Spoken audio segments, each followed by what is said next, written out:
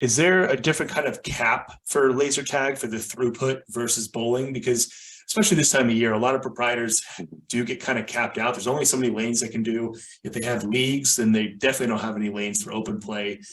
How does the cap or the throughput of laser tag compare to bowling lanes?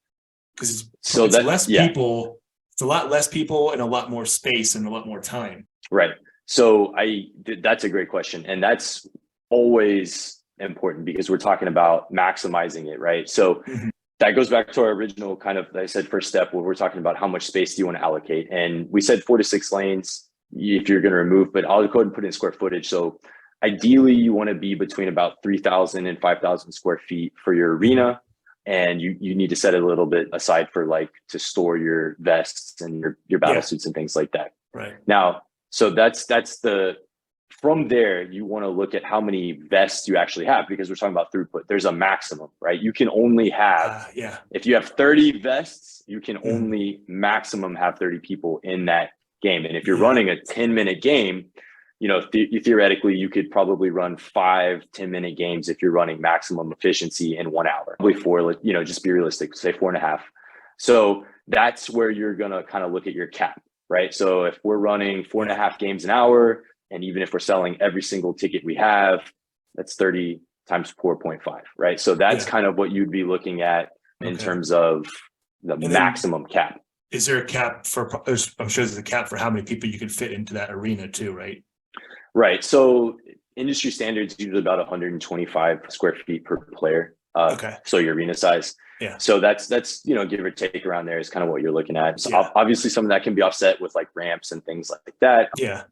But that's a good like rule of thumb, good metric for you. Yeah. Okay. So you can get a lot more people in that square footage. It's just probably not at full capacity as often. Yeah. I mean, it works similar to a lot of these other like bowling. There's going to be your peak hours weekend where it's you're running max capacity, but it's not 24/7. Unfortunately, I mean, but if you took a max capacity and compared both of the max capacity, the laser tag is going to have more than the bowling as far as the throughput. It is obviously 4 lanes for if you just did it per game times 4 to 6 lanes is 6 people on a lane.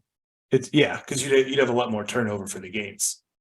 And I think some of that comes down to the business model. You know, if you're a proprietor to bowling center and you're running per lane rental, or you're running per time, or you're running per guest, right? Like they have the different, so pricing, right? The different structures. Some proprietors, you know, they're like, we're just running, especially during peak hours. They're like, it's going to be by the lane, right? Or by the hour, whatever. Because sometimes they don't want to do by the game because the game lasts a really long time. Or, and you know, so they don't know what it's going to be. Right. So sometimes I think during peak hours, you know, one of the trends I've been seeing a lot lately is like time. You know, to just make sure they're maximizing those peak hours. So, you know, and laser tag's kind of similar to that is like, it's definitely a time interval. The game is 10 minutes. So you can calculate you can forecast pretty well. Right. Yeah.